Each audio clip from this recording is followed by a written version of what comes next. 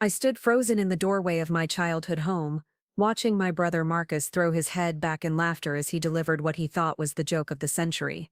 The smell of barbecue smoke and the sound of clinking beer bottles filled the summer air, but all I could hear were his words echoing in my ears like a death sentence. Come on, everyone, let's be realistic here. Before we jump back in, tell us where you're tuning from, and if this story touches you, make sure you're subscribed, because tomorrow I've saved something extra special for you. Sofia thinking she can open a restaurant. She'll never amount to anything. Hell, she can barely make toast without burning it. The entire backyard erupted in laughter. Aunts, uncles, cousins, family friends, everyone joined in like it was the most hilarious thing they'd ever heard. My face burned with humiliation as I clutched the business plan I'd spent 3 months perfecting. The same plan I'd been so excited to share with my family just moments before. The same plan that represented everything I'd been working toward for the past 2 years. My name is Sofia Martinez and I'm 28 years old. That moment at the family barbecue happened exactly 18 months ago, and it changed the entire trajectory of my life. But to understand why those words cut so deep, you need to know where I came from and how I got to that devastating moment in my family's backyard. Growing up in the Martinez household meant understanding your place in the family hierarchy from an early age. My father, Roberto Martinez, owned 3 successful auto repair shops across the city and was considered the family success story. He was the one everyone looked up to, the one whose opinion mattered most, and the one who had very specific ideas about what constituted a worthy career. My mother, Elena, had been a teacher before she married my father, but she gave up her career to raise us kids and support his business ambitions. Then there was Marcus, my older brother by 4 years, who had followed perfectly in Dad's footsteps. He'd studied business in college, worked his way up through the family shops, and was being groomed to take over the entire operation someday.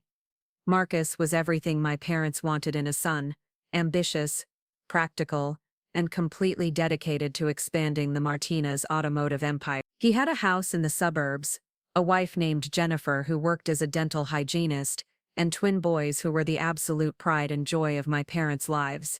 And then there was me, the daughter who had always been a little different, a little too creative, a little too interested in things that didn't make practical sense to the rest of my family. While Marcus was learning about engine repairs and business management, I was spending hours in the kitchen with my grandmother, Abuela Carmen, learning to make her famous empanadas and absorbing every story she told about the restaurant she'd dreamed of opening back in Colombia before life took her in a different direction. Abuela Carmen was the only person in my family who truly understood my passion for cooking. She'd immigrated to the United States when my father was just 5 years old, carrying nothing but a worn recipe book and dreams of sharing her family's traditional dishes with the world. But reality had been hard. She'd worked in factory kitchens and cleaned office buildings at night to help support the family while my grandfather worked construction. The restaurant dream had been carefully folded away like her precious recipes, something beautiful but impractical that couldn't survive the demands of making ends meet.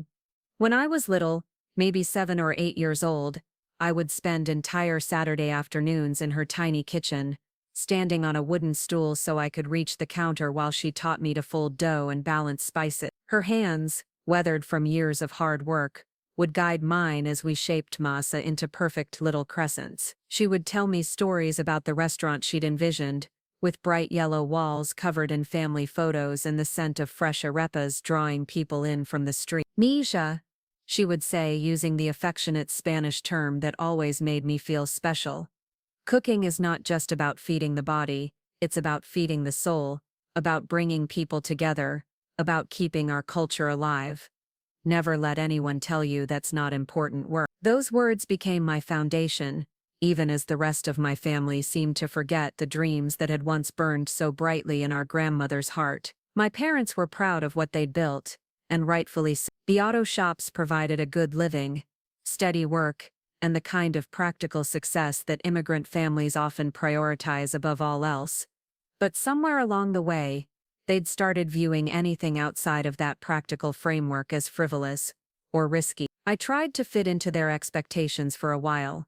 In high school, I took business classes and even worked part-time at one of Dad's shops, learning basic bookkeeping and customer service. My parents were pleased, thinking I was finally showing interest in the family business. But every spare moment, I was in the kitchen, experimenting with flavors and techniques I'd learned from Abuela Carmen, and new ones I discovered through cookbooks and cooking shows. College was where the real tension began. My parents expected me to study business or accounting, something that would be useful in the family operation. Instead, I chose to major in hospitality management with a focus on culinary arts. The fights over this decision were legendary in our household. My father couldn't understand why I was wasting time and money on something so impractical when there was a perfectly good business waiting for me to join. My mother worried that I was being unrealistic about my future prospects. "Sofia, be sensible," my mother would plead during our heated discussions. "Restaurants fail all the time.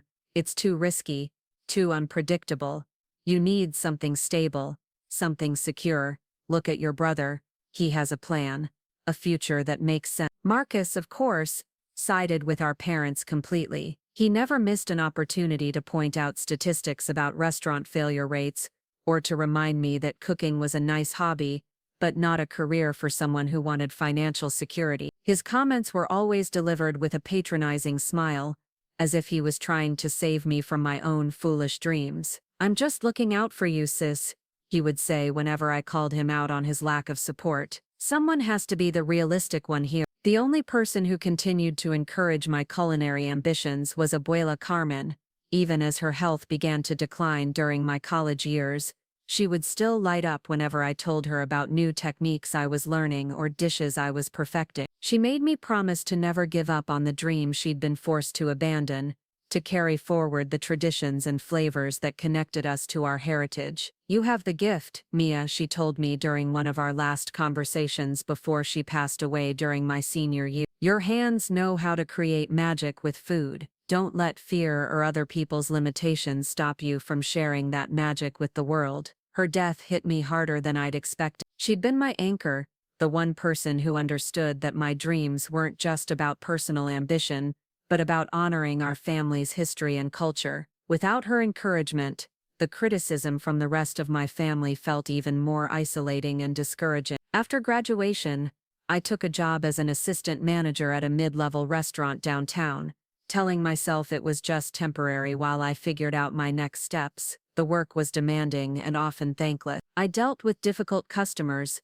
worked long hours for modest pay, and watched the restaurant struggle with problems that I could see solutions for but had no authority to implement. The head chef was talented but temperamental, the owner was more interested in cutting costs than maintaining quality, and the staff turnover was constantly creating chaos in the kitchen. But despite the challenges, I was learning invaluable lessons about the restaurant industry from the ground up. I saw firsthand what worked and what didn't, what customers truly valued versus what restaurant owners thought they wanted, and how crucial every single detail was to creating a successful dining experience. I started keeping notebooks filled with observations, ideas for improvements, and concepts for my own eventual restaurant. My family, meanwhile, interpreted my job as proof that I was finally coming to my senses about the impracticality of the restaurant business. They assumed I was getting the real-world experience that would eventually drive me back to the family auto shops where I belonged. Marcus was particularly smug about this,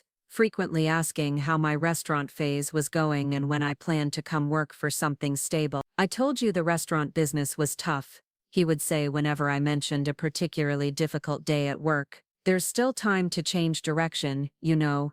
Dad could always use help with the book." What they didn't understand was that every challenge I faced was actually strengthening my resolve and teaching me how to do things better.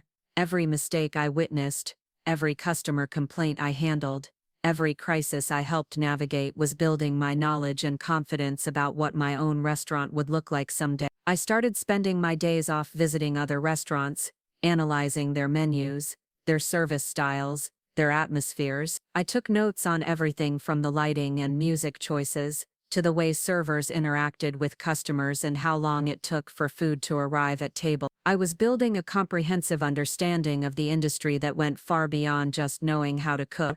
At night, I would go home to my small studio apartment and work on recipes, testing and refining dishes that combined the traditional flavors Abuela Carmen had taught me with modern techniques and presentations I was learning about. My kitchen was tiny, barely big enough for one person, but I managed to create some truly spectacular dishes within those cramped confines. I started bringing my experimental dishes to work sometimes, sharing them with coworkers during our breaks. The response was always enthusiastic. People would ask for recipes or beg me to make certain dishes again. Even the head chef, who was notoriously difficult to impress, started paying attention to my creations and occasionally asking for my input on menu development. "You've got real talent," he told me one evening after trying a fusion empanada I'd created that combined traditional Colombian flavors with a more contemporary presentation. "Have you ever thought about culinary school, or maybe working in a higher-end establishment?" The validation from someone I respected professionally meant everything to me, even as I knew my family wouldn't understand its significance. To them, cooking was still just a hobby, something nice that I happened to be good at, but not something that could or should define my career path. Preparing and narrating this story took us a lot of time, so if you are enjoying it, subscribe to our channel. It means a lot to us. Now back to the story. After working at the restaurant for about 18 months, I had saved enough money to start seriously researching what it would take to open my own place. I spent countless hours online, reading about business loans, permits, location scouting, equipment costs, and all the other practical considerations that went into restaurant ownership. I reached out to small business development centers, attended entrepreneurship workshops, and even started working with a mentor through a local restaurant association. The more I learned, the more excited I became about the possibility of making my dream a reality. I wasn't naive about the challenges. I'd seen plenty of restaurants fail during my time in the industry, but I also had a clear vision of what I wanted to create and the experience to back up my ambition. I envisioned a restaurant that would honor my grandmother's legacy while appealing to contemporary tastes. The menu would feature elevated versions of traditional Colombian dishes alongside fusion creations that reflected my own culinary journey. The atmosphere would be warm and welcoming, the kind of place where families could celebrate special occasions, but also where friends could grab a casual dinner after work. Most importantly, it would be a place where our cultural heritage was celebrated and shared, not hidden or apologized for. The business plan I developed was comprehensive and realistic. I'd researched the local market thoroughly, identified an underserved niche for authentic Latin American cuisine, and developed financial projections based on conservative estimates and careful cost analysis. I'd even identified a potential location, a small space in an up-and-coming neighborhood that was attracting young professionals and families looking for dining options that went beyond chain restaurants and fast food. The only thing I needed was startup capital. My savings would cover some of the initial costs, but I needed additional funding to make the restaurant a reality. I'd researched several options, including small business loans and investor partnerships, but I also knew that having family support could make a significant difference in my ability to secure financing and navigate the early challenges of business ownership. That's what brought me to the family barbecue that summer day, business plan in hand and hope in my heart. I thought that maybe finally my family would see that I was serious about this venture, and that I'd done the work necessary to make it succeed. I thought they might even be proud of how thoroughly I'd prepared and how realistic my projections were. I'd spent weeks preparing for this presentation, practicing what I would say and anticipating their questions. I'd included detailed financial projections, market analysis, and even architectural sketches of how I envisioned the restaurant space. I was ready to address their concerns about risk and demonstrate that this wasn't just a whimsical dream, but a carefully planned business venture. The barbecue was one of our regular family gatherings, the kind of event that happened several times each summer. Dad would fire up his massive grill, Mom would prepare enough side dishes to feed an army, and relatives would filter in throughout the afternoon with their own contributions to the feast. It was the kind of gathering where major family announcements were traditionally made, where celebrations were shared and support was offered. I arrived with a container of my latest empanada creation, a fusion version that combined traditional Colombian flavors with a technique I'd learned from a Japanese chef at a food festival. They were beautiful little parcels with perfectly golden, flaky crusts and a filling that balanced familiar spices with unexpected ingredients that elevated the entire dish. "What did you bring, Sofia?" my cousin Maria asked as I set the container down on the crowded buffet table. "Just something I've been working on," I replied, trying to contain my excitement. "It's an empanada but with a little twist." Several people tried them throughout the afternoon, and the response was overwhelmingly positive. My Aunt Rosa actually asked for the recipe, something she'd never done before. Uncle Fernando, who was notoriously picky about food, went back for seconds and then thirds. Even Marcus, who usually dismissed my cooking as too fancy, grudgingly admitted that they were pretty good. The positive response to my food gave me confidence that this was the right moment to share my business plan. After dinner, when everyone was relaxed and in good spirits, I asked for their attention. My hands were trembling slightly as I pulled out the carefully prepared folder containing all my research and projections. "I wanted to share something with all of you," I began, my voice stronger than I'd expected. "Something I've been working on for a really long time." The backyard quieted as family members turned their attention to me. Dad lowered the volume on the music, and Mom emerged from the kitchen where she'd been wrapping up leftovers. This was it, the moment I'd been preparing for, the moment when I would finally get to share my vision with the people whose support meant the most to me. "As you all know, cooking has always been really important to me," I continued. "What you might not know is that I've been developing a business plan to open my own restaurant. I've spent the last 2 years learning the industry, saving money, and researching what it takes to make a restaurant successful." I opened the folder and began to explain my concept, my market research, my financial projections. I talked about honoring Abuela Carmen's legacy while creating something new and exciting for our community. I explained how I'd identified an underserved market and developed a menu that would appeal to both Latino customers looking for authentic flavors and non-Latino customers interested in experiencing our cuisine. For a few minutes, it seemed like people were actually listening. My father nodded as I explained my financial projections. My mother asked a question about the location I'd identified. Even Marcus seemed to be paying attention as I outlined my timeline for open. But then, just as I was getting to the part about needing startup capital and hoping for family support, Marcus interrupted with a laugh that made my stomach drop. Wait, he said, holding up his hand like he was stopping traffic. "You're seriously talking about opening a restaurant? Like, an actual restaurant that people would pay to eat at?" The tone of his voice was so dismissive, so incredulous, that I immediately felt my confidence start to crumble. But I pressed on, thinking maybe he just needed more information to understand how serious and well prepared I was. "Yes, Marcus, I've been working toward this for years. I have industry experience, I've developed a solid business plan, and I've identified a viable market opportunity." He looked around at the rest of the family with an expression of amused disbelief, like I'd just announced I was planning to become an astronaut or a professional unicorn trainer.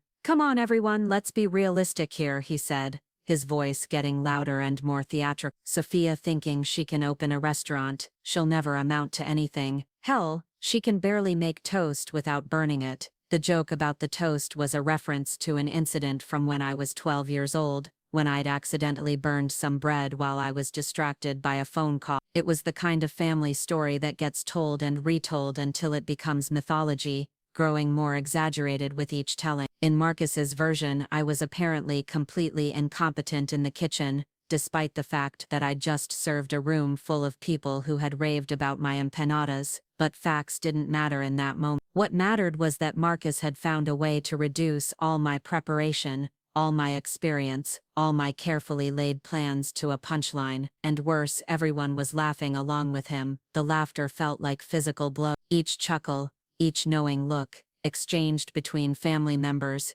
each shake of the head was confirmation that they had never taken my dreams seriously and never would. I was still the little girl who had burned toast in their minds, regardless of what I'd accomplished or learned since then. I stood there clutching my business plan, feeling the weight of 2 years of preparation and hope crumbling around me. The folder that had felt so substantial in my hands suddenly seemed pathetically thin. All those hours of research, all those carefully calculated projections, all those dreams and plans, reduced to nothing by my brother's casual cruelty and my family's willingness to join in the joke. My father, who I'd hoped might defend me, or at least ask to see my business plan, was chuckling along with everyone else. My mother, who had always preached the importance of supporting family, was smiling like Marcus had just delivered the most clever observation in the world. Aunts and uncles who had praised my empanadas just hours earlier were now laughing at the idea that I could create a business around that same talent. The betrayal was devastating, but it was also clarifying. In that moment, I understood something fundamental about my family that I'd been trying to deny for years. They would never see me as anything more than Roberto's impractical daughter, the dreamer who needed to be brought back down to earth, the one who didn't understand how the real world worked. I closed my folder carefully, my hands remarkably steady despite the storm of emotions raging inside me. I looked around at all these people who were supposed to love and support me, who were supposed to believe in my potential, and I made a decision that would change everything. "You know what, Marcus?" I said, my voice quiet but clear enough for everyone to hear. "We'll see about that." The laughter died down as people registered the seriousness in my tone. For a moment, the backyard was quiet, except for the sound of the wind chimes hanging from Mom's porch, and the distant sound of kids playing in a neighbor's yard. "Sophia, don't be so sensitive," Marcus said, his voice taking on the patronizing tone he'd perfected over the years. "I'm just being realistic. Opening a restaurant is incredibly risky. The failure rate is astronomical. I'm just trying to look out for you." But I was already walking away, my business plan tucked securely under my arm. I didn't trust myself to say anything else in that moment, didn't want to give them the satisfaction of seeing me break down or lose my temper. I had learned a long time ago that showing emotion in front of my family was often interpreted as proof that you weren't mature enough to handle adult responsibilities. As I walked through the house toward the front door, I could hear the conversation resuming behind. Someone made another joke, probably at my expense, and the laughter started up again. By the time I reached my car, they had already moved on to other topics, my dreams dismissed and forgotten like they had never mattered at all. I sat in my car for a long time before starting the engine, staring at the house where I'd grown up, where I'd learned to walk and talk and dream. The place that should have been my foundation and source of strength but had instead become the source of my deepest doubts about myself and my work. That night, I went home to my tiny apartment and spread my business plan out on my kitchen table. I read through every page, every projection, every carefully researched detail. The plan was solid. The market opportunity was real. My experience and skills were legitimate. The only thing that had changed was my understanding of where my support would come from. I thought about Abuela Carmen and the dreams she'd carried from Colombia, dreams that had been carefully folded away when life demanded more practical choices. I thought about all the hours we'd spent together in her kitchen, her weathered hands guiding mine as she passed down techniques and recipes that connected us to generations of women who had cooked with love and pride. "Never let anyone tell you that's not important work," she had said. And in that moment, sitting alone in my apartment with my rejected business plan spread before me, I decided that I wouldn't let anyone tell me that again. The next morning, I called the Small Business Development Center and scheduled an appointment to discuss financing options. I reached out to my mentor at the Restaurant Association and asked for advice about securing investors. I started researching alternative funding sources and exploring every possible avenue for making my restaurant a reality. If my family wouldn't support my dreams, I would find people who would. If they couldn't see my potential, I would prove it to them in the most definitive way possible. I would open my restaurant, I would make it successful, and I would show them exactly what I was capable of amounting to. The rejection at the family barbecue had been devastating, but it had also been liberating.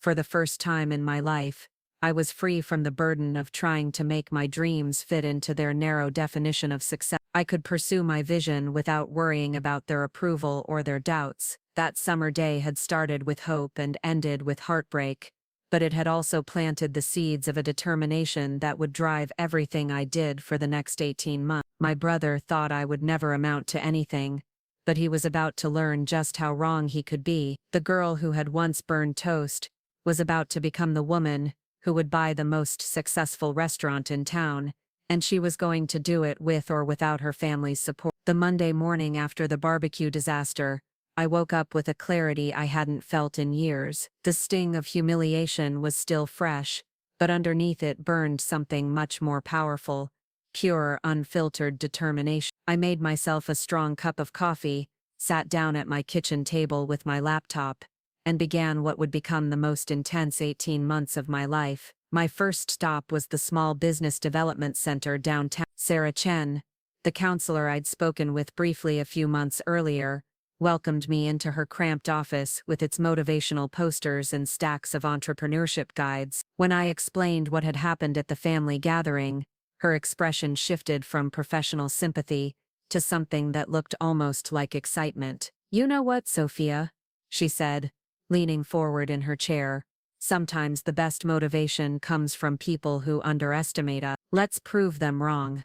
Sarah became my first real ally in this journey. She helped me refine my business plan, connecting me with resources I hadn't even known existed. She introduced me to other entrepreneurs who had started with nothing but determination and a solid idea. Most importantly, she helped me understand that my family's lack of support, while painful, wasn't actually a barrier to success. "Family money can be helpful," she explained during one of our weekly meetings, "but it often comes with strings attached. You'll have more control over your vision if you build this independently." The path to independence wasn't easy, though.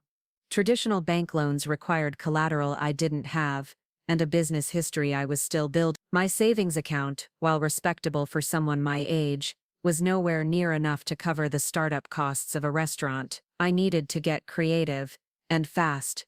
I started working double shifts at the downtown restaurant, picking up every extra hour I could get. My manager, Tony, was initially confused by my sudden availability for the worst shifts: the early morning prep work, the late night cleanup, the busy weekend rushes that most staff tried to avoid. But when I explained my goal, he became unexpectedly supportive. "I've been in this business for 20 years, he told me one evening, as we were closing up. "I've seen a lot of people talk about opening their own place. You're the first one I actually believe might do it." Tony started giving me additional responsibilities that would look good on loan applications. He let me help with inventory management, vendor negotiations, and even menu planning. When the head chef left suddenly, Tony asked me to step in temporarily as kitchen manager, a role that came with a modest pay increase, but invaluable experience in running restaurant operations. The extra responsibilities meant I was working 60-hour weeks,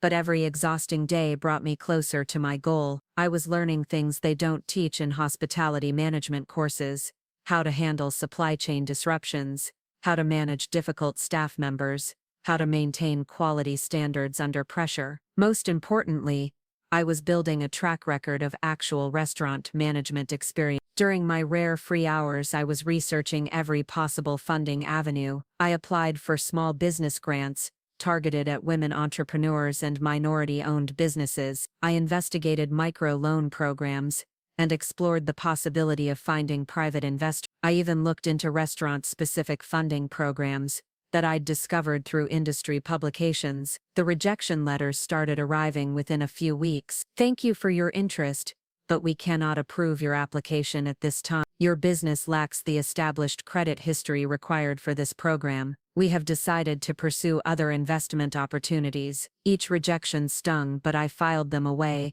and moved on to the next possibility. My personal life essentially disappeared during this period. I turned down invitations from college friends, stopped dating entirely, and spent my weekends visiting potential restaurant locations and attending industry networking events. My small apartment became command central, with business documents spread across every surface, and my laptop permanently stationed at the kitchen table. The isolation was particularly difficult because it highlighted how little support I had from the people who mattered most to me. My parents would call occasionally, asking when I was going to get serious about my career and consider joining the family business. Marcus would text periodically with job listings for administrative positions at auto shops, always with messages like, "Just in case you change your mind about the restaurant thing." None of them seemed to understand that I wasn't playing around or going through a phase. This was my life's work, my calling, my way of honoring everything Ebola. Carmen had taught me about the power of bringing people together through food.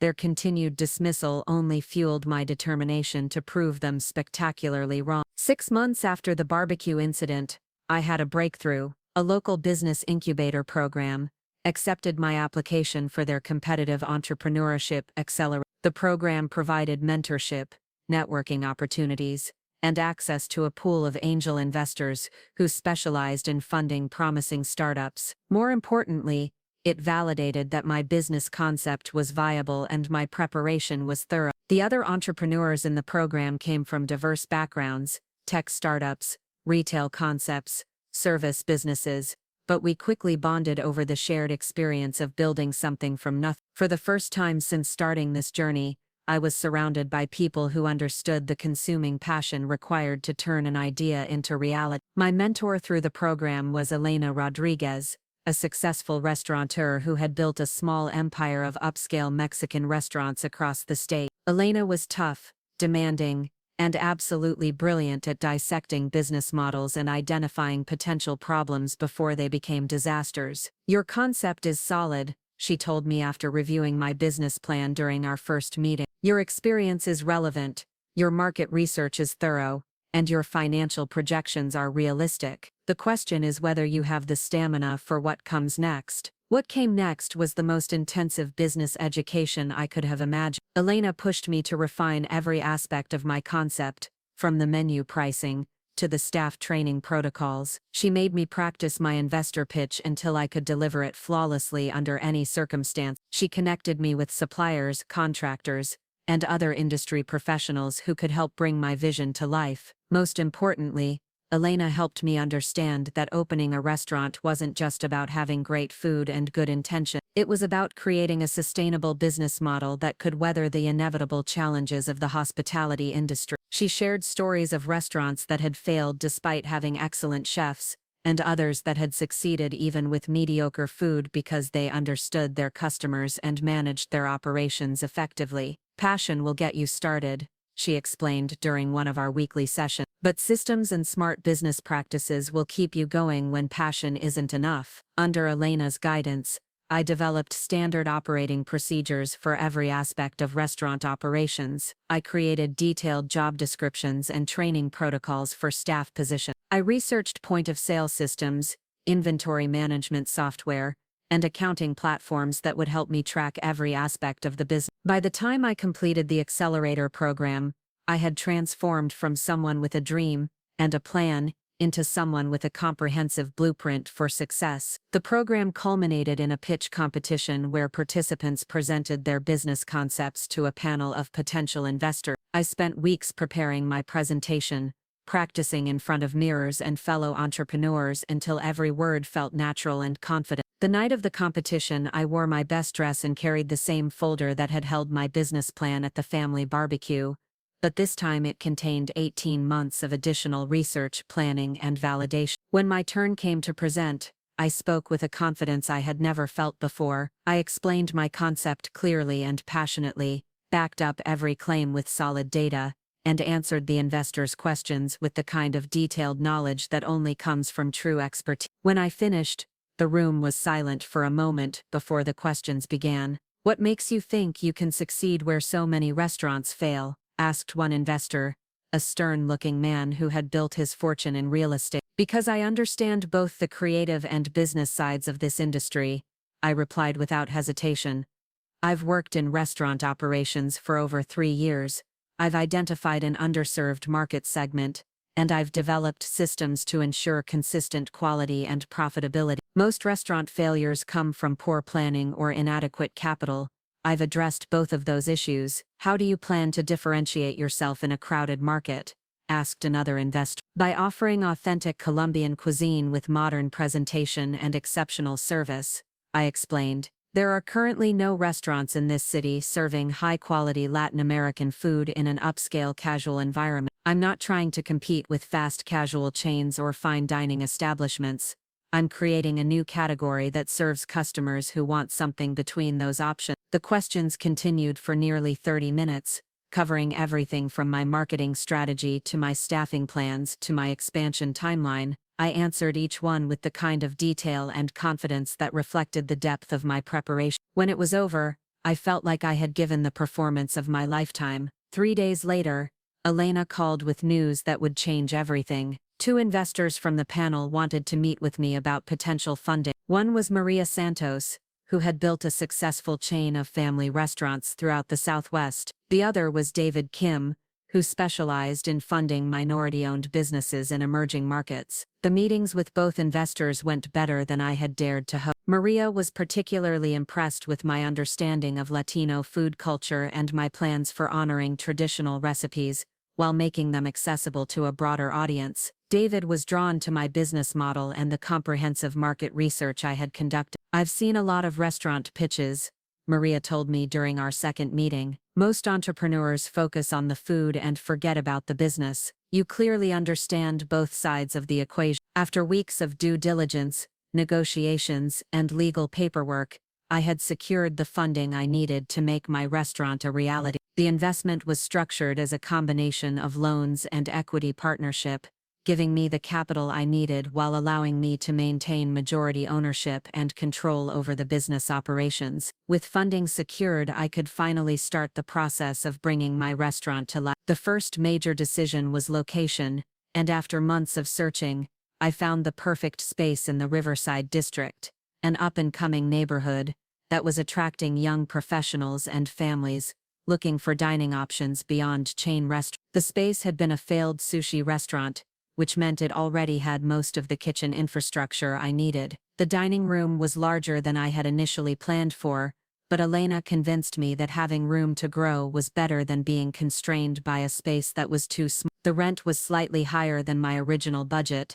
but the location and potential for growth made it worth the investment. Renovating the space became my full-time job for the next 4 months. I worked with contractors to redesign the kitchen layout for optimal efficiency, selected fixtures and furniture that would create the warm, welcoming atmosphere I envisioned, and personally painted accent walls in the vibrant yellow that reminded me of Abuela Carmen's stories about her dream restaurant. Every detail mattered. I spent days choosing the right lighting to create ambiance, without making it difficult to read menus. I tested dozens of plate and glassware options to find pieces that would showcase the food while being durable enough for daily restaurant use. I even researched the psychology of music selection to create playlists that would enhance the dining experience, without overwhelming conversation. The menu development process was both the most challenging and most rewarding part of opening preparation. I wanted to honor traditional Colombian flavors, while creating dishes that would appeal to customers who might never have experienced Latin American cuisine. Working with Elena and a consultant chef she recommended, I spent weeks testing and refining recipes that balanced authenticity with accessibility. The signature empanadas became the centerpiece of the appetizer menu, offered in both traditional and fusion variety. The main course selection featured elevated versions of classic dishes like bandeja paisa and sancocho, alongside more contemporary creations that incorporated Colombian flavors into familiar format. Even the dessert menu told a story, with traditional tres leches, cake served alongside innovative flavor combinations that reflected my own culinary journey. Staffing was another crucial element that required careful attention. I needed servers who could explain unfamiliar dishes with enthusiasm and knowledge, kitchen staff who could execute recipes consistently under pressure, and managers who shared my vision for exceptional hospitality. The interview process took weeks, but I was determined to build a team that would represent the restaurant with pride and professionalism. Training the staff became an intensive educational process. I created detailed guides explaining the history and cultural significance of every dish we served. I organized tasting sessions where the entire team could experience the flavors they would be describing to customers. I established service standards that emphasized warmth and attentiveness without being intrusive. "We're not just serving food," I explained to the staff during our final training session before opening. We're sharing our culture, creating memories, and building community. Every plate that leaves the kitchen and every interaction with customers is an opportunity to exceed expectations. The weeks leading up to opening were a blur of final inspections, supplier deliveries, and practice services with friends and family serving as test customers. The stress was overwhelming at times, but it was also exhilarating to see my vision finally taking physical form. The empty space that I had walked through months earlier was now a vibrant, welcoming restaurant that reflected everything I had dreamed of creating. My family's absence during this entire process was noticeable and painful. While I was hiring staff and planning menus and preparing for the biggest moment of my professional life, they continued to treat my restaurant as a hobby that I would eventually outgrow. They didn't ask about opening dates or offer to help with preparation. They seemed to believe that if they ignored my efforts long enough, I would come to my senses and abandon this foolish pursuit. The only family member who showed any interest was my cousin Isabella, who had always been closer to my age and had her own complicated relationship with family expectations. She started following my progress on social media and even offered to help with opening night preparations. Her support meant more to me than she probably realized, representing a bridge between my chosen family of supporters and the biological family that had written off my dreams. 2 weeks before the planned opening, I received an unexpected phone call from my mother. I was at the restaurant, doing a final walkthrough with the health inspector, when her name appeared on my phone screen. For a moment, I considered letting it go to voicemail, but something made me answer. "Sofia, Mija," she said, using the affectionate term I hadn't heard from her in months. "Isabella told me about your restaurant opening. Is it really happening?" The question revealed so much about how little my family understood what I had been working toward. After 18 months of preparation, countless hours of planning, and weeks of renovation, she was still surprised that the opening was actually occurring. "Yes, Mom, it's really happening," I replied, trying to keep the frustration out of my voice. "We open in 2 weeks." There was a long pause before she spoke again. "Your father and I were wondering if maybe we could come see it sometime. After you open." The request was tentative, almost apologetic, as if she was asking for a favor rather than offering support. It was such a contrast to the enthusiasm and encouragement I had received from Elena, my investors, and the community of entrepreneurs who had become my chosen family during this journey. "Of course you can come," I said, because despite everything, they were still my parents, and some part of me still hoped for their approval. "I'll make sure you have a good table." After we hung up, I stood in my beautiful restaurant, surrounded by the physical manifestation of 18 months of relentless work and determination, and felt a complex mixture of emotion. Pride in what I had accomplished, excitement about the opening, sadness about my family's continued distance, and underneath it all, a fierce satisfaction that I had proven them wrong about what I was capable of achieving. The soft opening was scheduled for the following week, with invited guests, including my investors, mentors, staff members' families, and local food bloggers who had expressed interest in covering the restaurant. It would be my first chance to see whether all the planning and preparation would translate into the kind of dining experience I had envisioned. As I walked through the dining room one more time that evening, adjusting chair positions and checking that every detail was perfect, I thought about Abuela Carmen and the stories she had told me about her dream restaurant. The yellow walls glowed warmly under the carefully selected lighting. Family photos created a gallery that honored our heritage, and the scent of spices from the kitchen promised the kind of authentic flavors that could transport diners to another place and time. I had built something beautiful and meaningful, something that would serve as a bridge between cultures and a gathering place for community. More than that, I had proved to myself that I was capable of turning dreams into reality, regardless of who believed in me or supported my effort. The girl who had stood in her family's backyard 18 months earlier, clutching a rejected business plan while her brother proclaimed she would never amount to anything, was gone. In her place stood a restaurant owner, an entrepreneur, a woman who had learned that the most important validation comes from within, and that success is the best response to those who doubt your potential. Opening night was still 2 weeks away, but I already knew that whatever happened next, I had succeeded in the most important way possible. I had bet on myself when no one else would, and I was about to prove that the bet had been worth making. The night before our grand opening, I stood alone in Corazon Colombian kitchen at 2 in the morning, surrounded by the gentle hum of refrigerators and the faint aroma of tomorrow's bread rising in the prep kitchen. Every surface gleamed, every chair was perfectly positioned, and every detail reflected months of careful planning. Yet I couldn't shake the nervous energy that had been building for weeks. My phone buzzed with a text from Elena checking in one final time. "Remember, opening night jitters are normal. You've done everything right. Trust your preparation and your team." Her words were reassuring, but they couldn't quiet the voice in my head, wondering if my family would actually show up, and more importantly, what they would think when they saw what I had built. The morning arrived with typical autumn crispness, and the restaurant filled quickly with staff members arriving for our final prep session.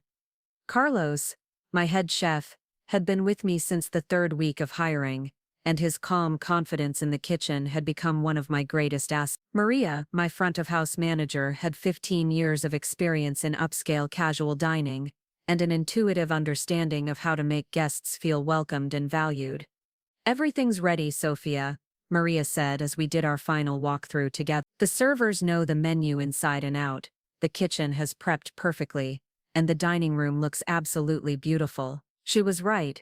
The space had been transformed into exactly what I had envisioned during those long nights of planning. Warm golden lighting cast a welcoming glow over tables set with crisp white linens and carefully arranged fresh flowers. The open kitchen design allowed diners to see the artistry happening behind the scenes, while the carefully curated music playlist created an atmosphere that felt both sophisticated and comfortable. The first customers began arriving at 5:30, a mix of local food enthusiasts, business leaders, and community members who had been following our progress through social media and local press coverage. Watching people experience the restaurant for the first time was both thrilling and terrifying. Every smile, every nod of approval, every enthusiastic comment about the flavors validated months of preparation. By 7 o'clock we were completely booked, with a waiting list that stretched past 9:30. The kitchen was operating at peak efficiency, sending out plates that looked like works of art while maintaining the authentic flavors that honored Abuela Carmen's legacy. The service staff moved through the dining room with practiced grace, explaining dishes with genuine enthusiasm, and ensuring that every guest felt like the most important person in the room. Then I saw them through the front window. My parents, Marcus and his wife Jennifer, were standing on the sidewalk outside, looking uncertain and slightly overwhelmed by the crowd gathered around the entrance. My mother was wearing the navy blue dress she reserved for special occasions, and my father had on his best suit, the one he usually wore to weddings and graduations. Even Marcus looked more formally dressed than usual, though his expression remained skeptical. I watched them for a moment through the glass, these people who had dismissed my dreams and questioned my abilities, now confronted with the undeniable reality of what I had accomplished. Part of me wanted to let them wait in line like any other customers, to make them experience what it felt like to be excluded from something important. But a larger part of me, the part that still remembered being 7 years old and desperately wanting their approval, walked over to greet them personally. "Mom, Dad," I said, opening the door and stepping outside. "You made it." My mother's eyes widened as she took in the bustling scene around us. The outdoor seating area was full despite the cool evening air, with portable heaters creating cozy gathering spots where people lingered over coffee and dessert. The warm light spilling from the windows illuminated animated conversations, and the kind of genuine enjoyment that every restaurant owner dreams of creating. "Sofia, this is incredible," she said, her voice carrying a note of surprise that stung more than I expected. I had no idea it would be like this. My father was studying the exterior signage and the elegant simplicity of the restaurant's facade. "How many people can you seat?" he asked, falling back on practical questions when faced with something beyond his immediate understanding. 85 inside, another 32 on the patio when weather permits," I replied automatically. "We're booked solid for the next 3 weeks, and we've got a waiting list for most weekend nights through the end of the year. Marcus stepped forward, and for a moment I thought he might actually offer congratulations or acknowledgement of what I had achieved.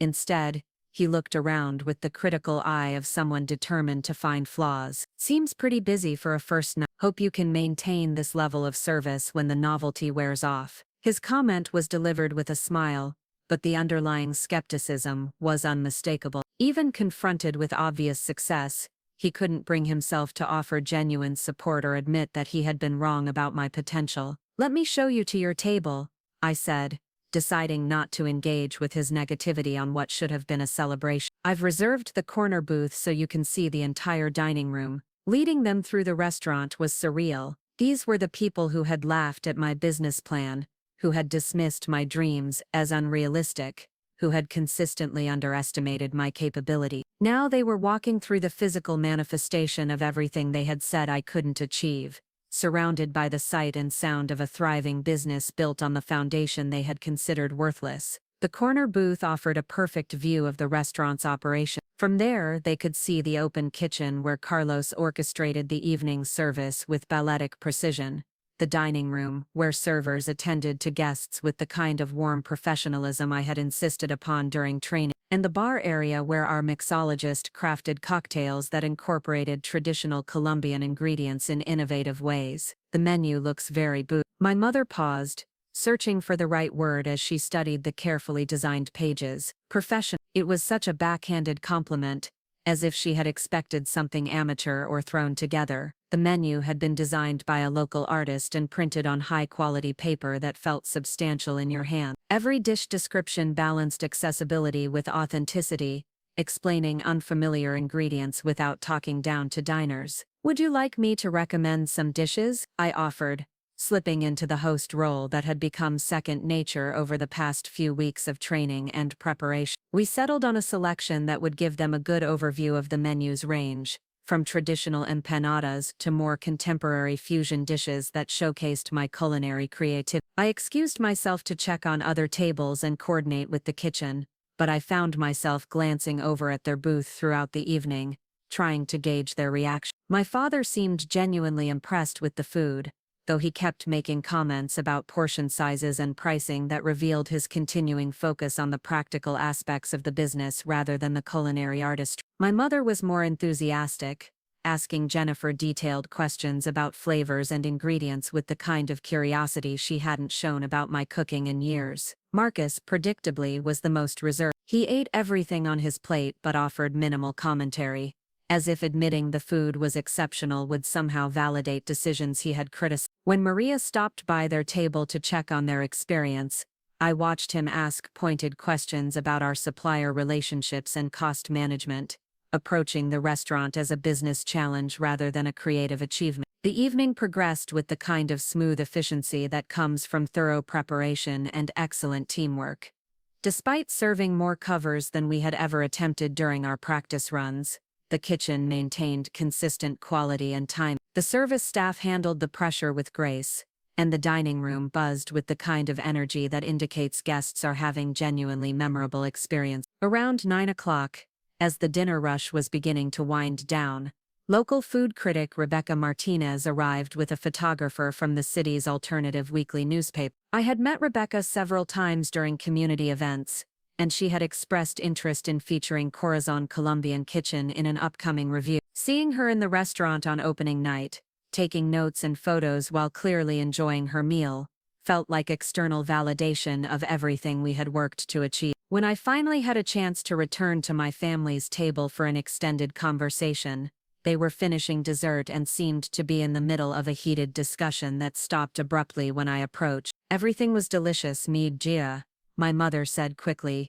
using the affectionate term with an enthusiasm that felt genuine for the first time in months. "The tres leches cake especially. It reminded me of Abuela Carmen's recipe but somehow even better." The comparison to my grandmother's cooking was the highest compliment my mother could offer, and despite everything that had happened between us, it meant more to me than I wanted to admit. Abuela Carmen's influence was woven throughout the restaurant, from the traditional techniques I used in the kitchen to the family photos that decorated the wall. "She would be so proud," my father added quietly, and for a moment his usual practical demeanor softened into something that looked like genuine emotion. This is exactly what she always talked about wanting to create. Marcus remained silent during this exchange, finishing his coffee with the kind of concentrated attention that people use when they're trying to avoid participating in a conversation. When he finally looked up, his expression was unreadable.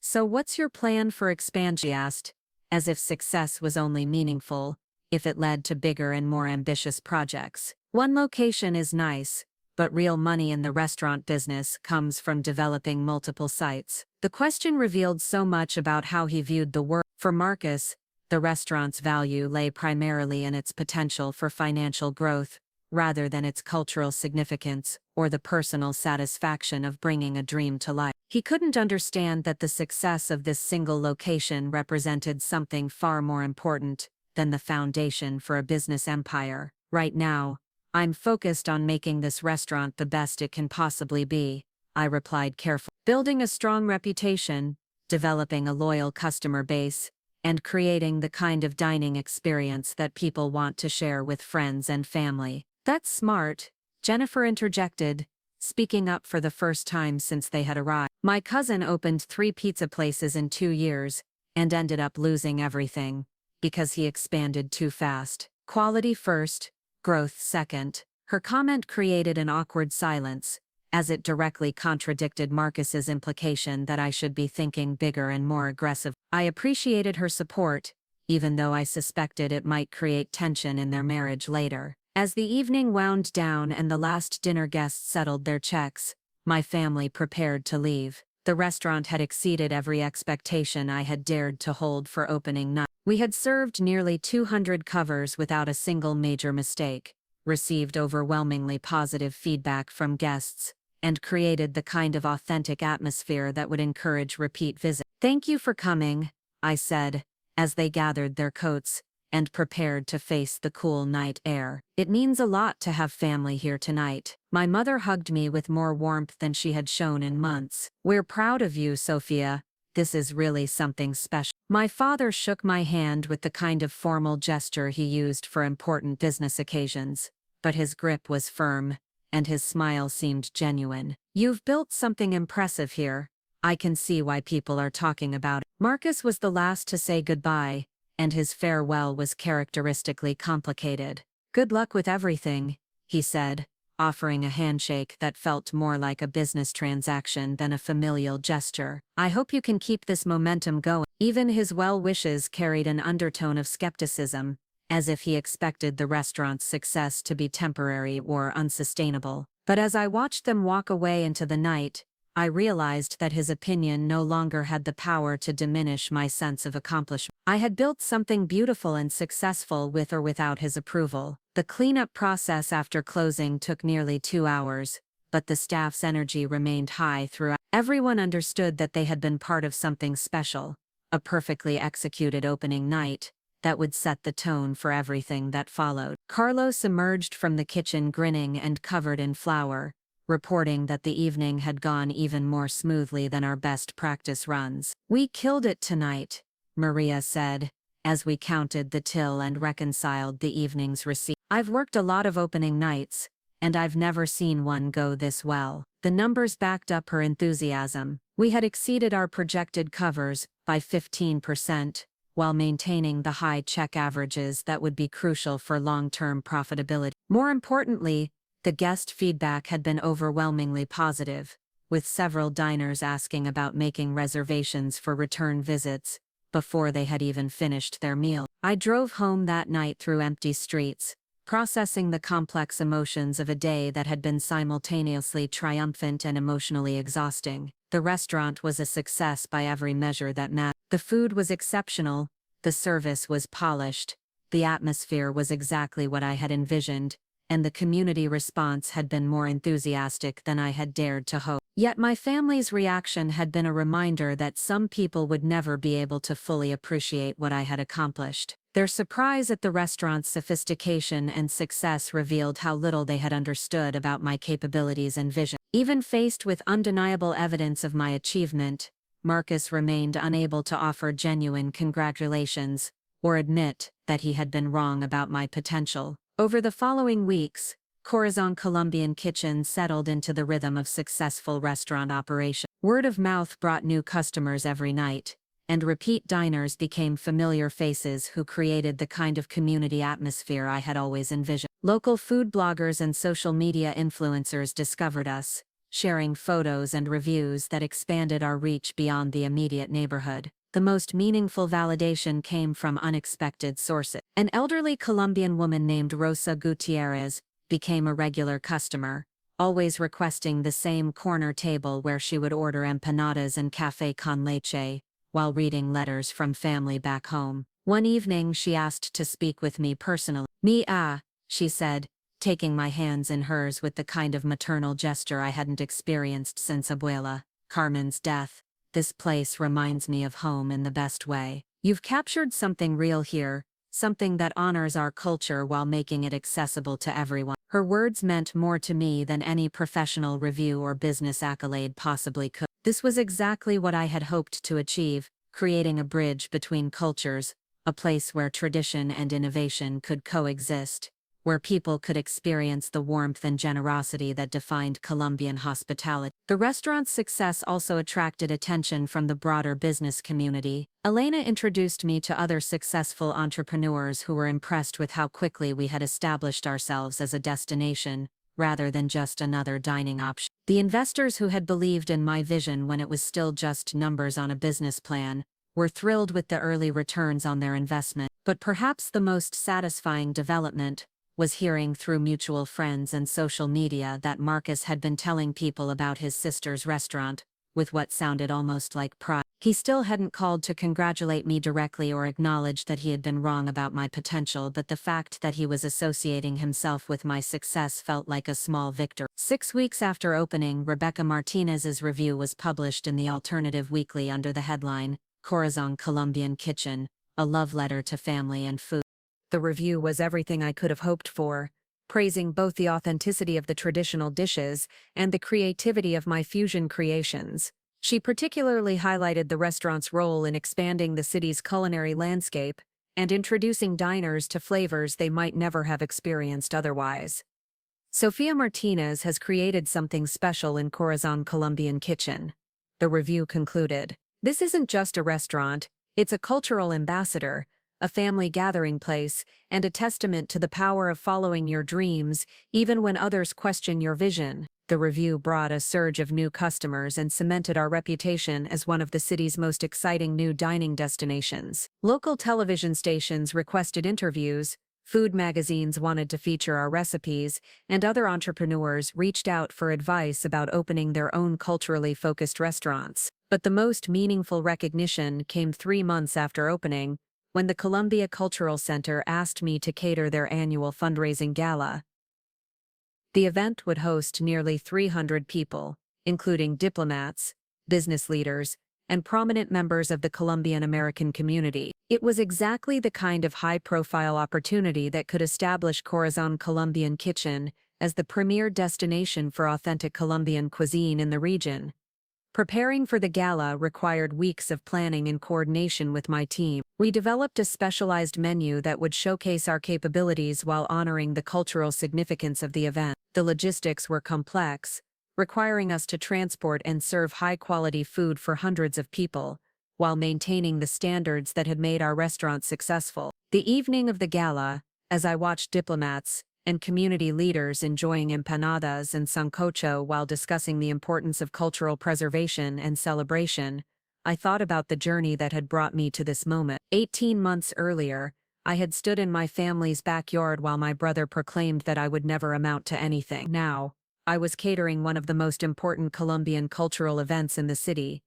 My restaurant was booked solid for months in advance, and my name was becoming synonymous with excellence in Latin American cuisine. The success felt even sweeter because it had been achieved on my own terms, without compromising my vision or accepting limitations that others wanted to impose on me. I had honored Abuela Carmen's legacy while creating something entirely new, built a thriving business while maintaining the cultural authenticity that made it meaningful, and proved that dreams backed by determination and hard work could overcome any amount of skepticism or doubt. As the gala wound down and guests lingered over coffee and tres leches cake, sharing stories and making connections that would strengthen the cultural community we all belonged to, I received a text message that made me pause. It was from Marcus, sent from what appeared to be the restaurant where he and Jennifer were having dinner.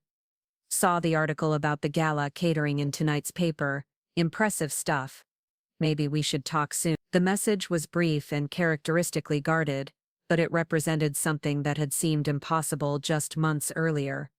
Acknowledgement from the person who had been most vocal about my limitation. He still hadn't apologized for his comments at the family barbecue, or admitted that he had been fundamentally wrong about my potential, but he was finally recognizing that I had indeed amounted to something significant. I slipped my phone back into my pocket and returned my attention to the celebration around me, surrounded by people who understood and appreciated what I had built. The girl who had once stood humiliated in her family's backyard was gone, replaced by a successful entrepreneur who had learned that the most important validation comes from within, and that success is indeed the best response to those who doubt your potential. The restaurant was thriving, my vision had become reality, and I had proved that sometimes the people who underestimate you provide the greatest motivation for achieving something extraordinary. Marcus thought I would never amount to anything, but I had just catered the most important Colombian cultural event of the year, and this was only the beginning of everything I was destined to accomplish. 2 years after that humiliating family barbecue, I found myself standing in the same backyard, but everything had changed. This time I wasn't clutching a rejected business plan or enduring mockery about my dream. Instead, I was holding the keys to the building that housed Marcus's favorite restaurant, the upscale steakhouse where he had taken clients for years to impress them with expensive dinners and exclusive atmosphere. The irony was perfect. Blackstone Grill had been struggling for months, unable to adapt to changing dining preferences and increased competition from newer establishments. When the owner finally decided to sell, my investors and I had made an offer that couldn't be refused. Now, the restaurant where my brother had once celebrated business deals and special occasions belonged to me. I had driven over to my parents' house that Sunday afternoon with a specific purpose. The annual family barbecue was in full swing. The same cast of characters gathered around the same patio furniture, sharing the same kinds of conversations they'd been having for decades. But this time I wasn't seeking their approval or validation. I was here to deliver news that would shift the family dynamics permanently. Marcus was holding court near the grill, telling a story about some business triumph to a captive audience of uncles and cousins. He looked older than I remembered, stress lines around his eyes that hadn't been there during our last encounter. The auto repair business had been facing challenges of its own, with electric vehicle adoption threatening traditional service models and younger customers choosing dealership maintenance over independent shops. "Sofia," my mother called out when she spotted me near the back gate. "What a nice surprise.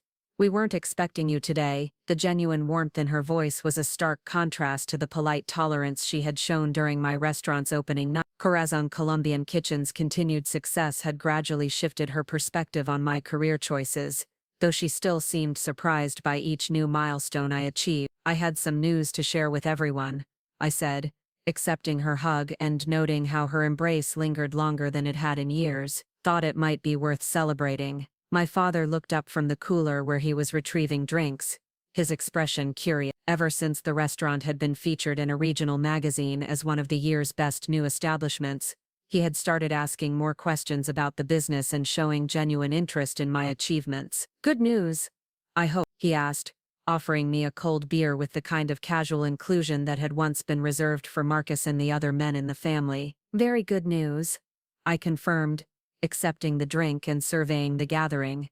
"But I think I'll wait until everyone's here to share it." The next hour unfolded with familiar rhythms.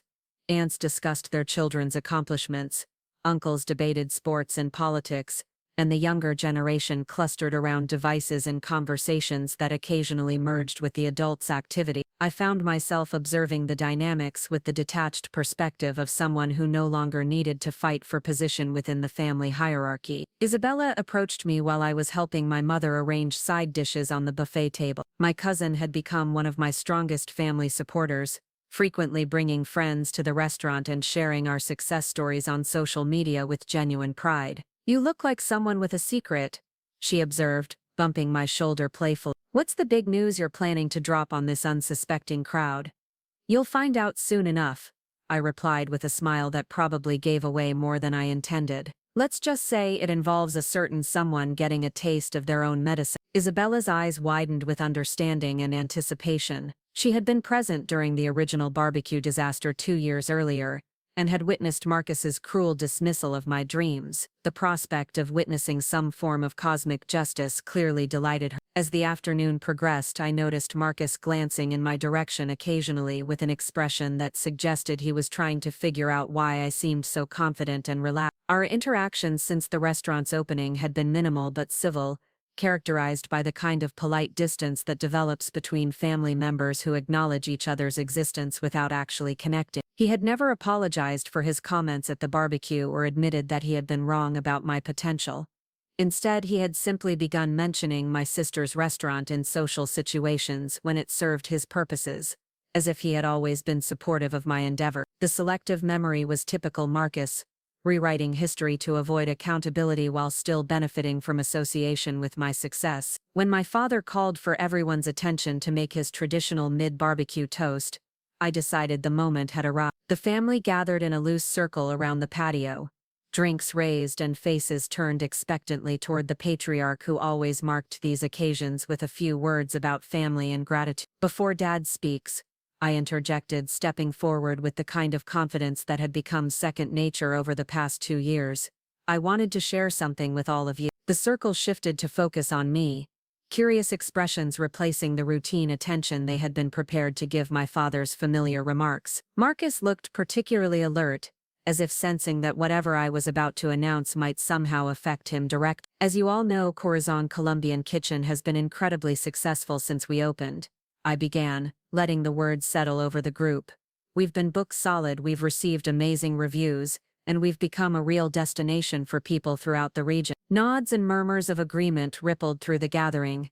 Even the family members who had initially been skeptical about my restaurant venture couldn't argue with the evidence of its success. The local newspapers had featured us multiple times, food bloggers regularly praised our innovative menu, and the waiting list for weekend reservations stretched weeks into the future. That success has opened up some interesting opportunities, I continued, pausing to take a sip of my beer and let anticipation build, including the chance to expand our operations and acquire additional property. Marcus's expression sharpened, his business instincts clearly recognizing that I was building towards something significant. He had always prided himself on understanding deals and investments, and he could probably sense that this announcement involved more than simple restaurant news. Yesterday, we finalized the purchase of a building downtown, I said, reaching into my purse to retrieve the keys I had been carrying like a talisman since the closing. Some of you might be familiar with the location. It's been home to Blackstone Grill for the past 15 years. The silence that followed was profound and loaded with meaning. Everyone in the family knew Blackstone Grill,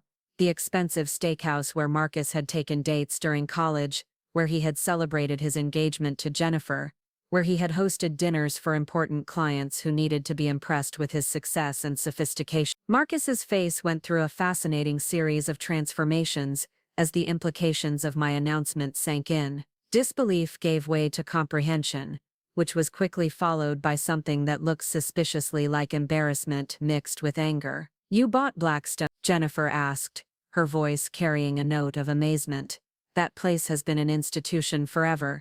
I can't believe it was even for sale." The previous owner was ready to retire, I explained, enjoying the opportunity to demonstrate my insider knowledge of the local restaurant industry. He'd been looking for the right buyer for months, someone who would respect the building's history while bringing fresh energy to the space. My father was studying the keys in my hand with the kind of focused attention he usually reserved for complex business problems. "That's a significant investment, Sofia. That property must be worth more than I ever thought I'd be able to afford when I was working double shifts and saving every penny," I finished for him. But successful restaurants generate the kind of cash flow that opens doors to bigger opportunities. The gathering was beginning to buzz with conversation as people processed the news and its implications. Aunts whispered to each other about property values and business expansion, while cousins pulled out phones to look up information about the sale. In the middle of it all, Marcus stood frozen with an expression of complete bewilderment. "What are you planning to do with it?" my mother asked,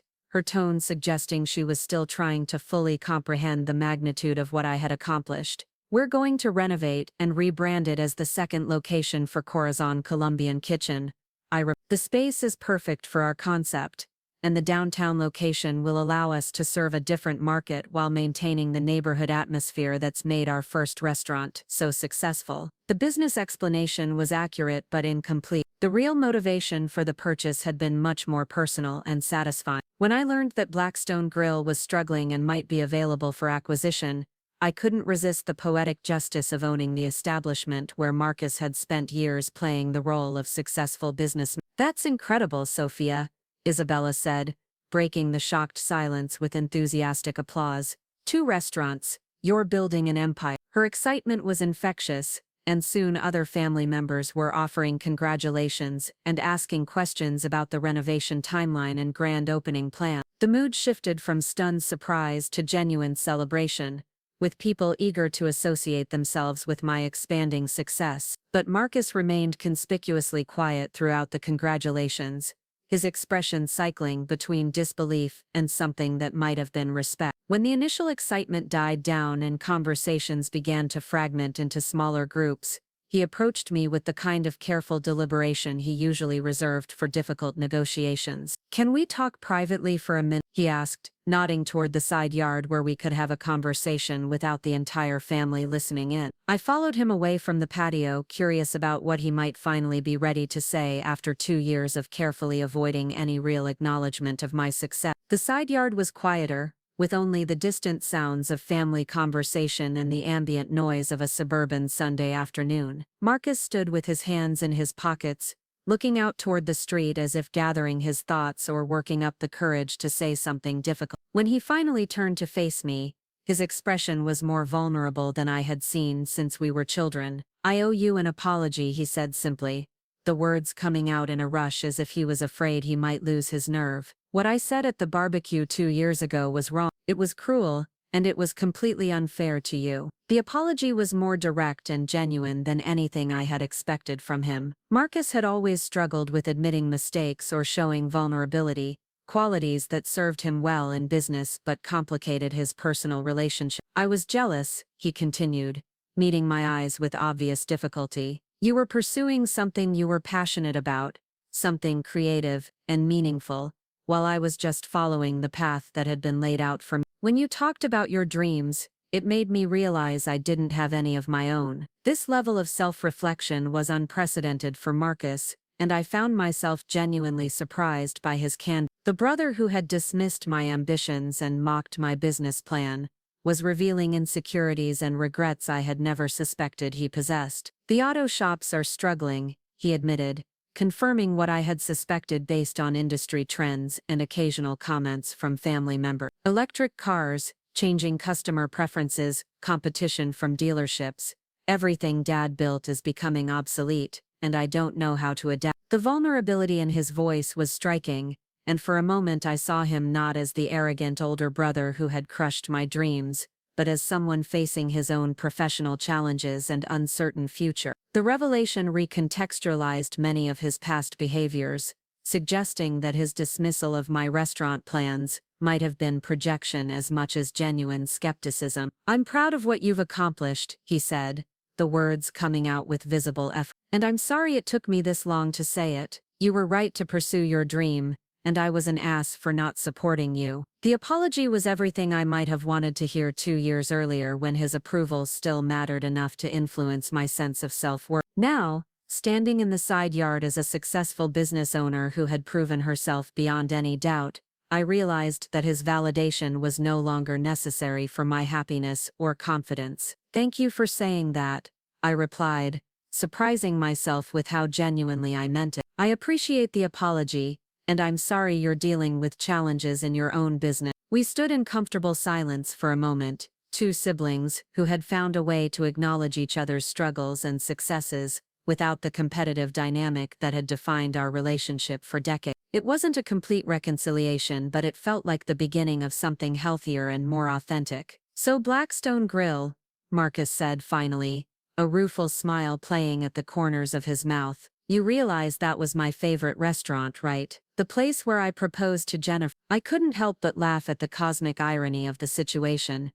I may have been aware of the personal significance when I made the offer. Revenge is a dish best served cold, he said, shaking his head with what looked like genuine admiration. Though in your case, I guess it's served at the perfect temperature with authentic Colombian spices. The joke was terrible, but it carried an acknowledgement of my success and a recognition of the justice in how events had unfolded. Marcus was finally able to appreciate the poetic beauty of his sister owning the restaurant where he had once celebrated his own achievements. When we returned to the family gathering, the atmosphere had shifted in subtle but meaningful ways. The congratulations continued, but there was also a new level of respect in how people interacted with me. I was no longer the family member with unrealistic dreams, but a successful entrepreneur whose judgment and capabilities had been thoroughly validated. My father pulled me aside as the afternoon wound down, his expression carrying the kind of serious attention he usually reserved for important business discussions. "I want you to know how proud I am of what you've built," he said,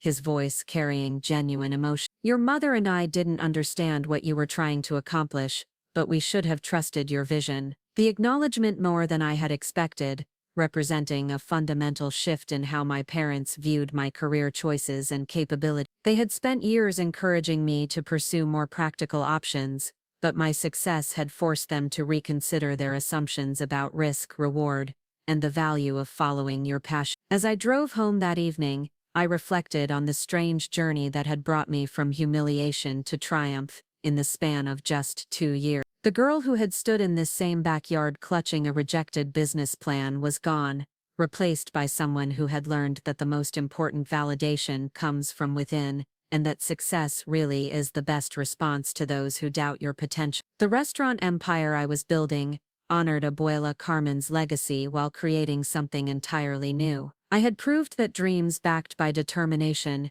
and hard work could overcome any amount of skepticism or familial opposition. More importantly, I had learned that belonging and worth aren't determined by other people's opinions, but by your own willingness to bet on yourself when no one else will. Marcus thought I would never amount to anything, but I had just bought his favorite restaurant and transformed it into a symbol of everything he had underestimated about me. Sometimes the best revenge isn't getting even, it's getting successful enough that getting even becomes irrelevant. Up next, you've got 2 more standout stories right on your screen. If this one hit the mark, you won't want to pass these up. Just click and check them out.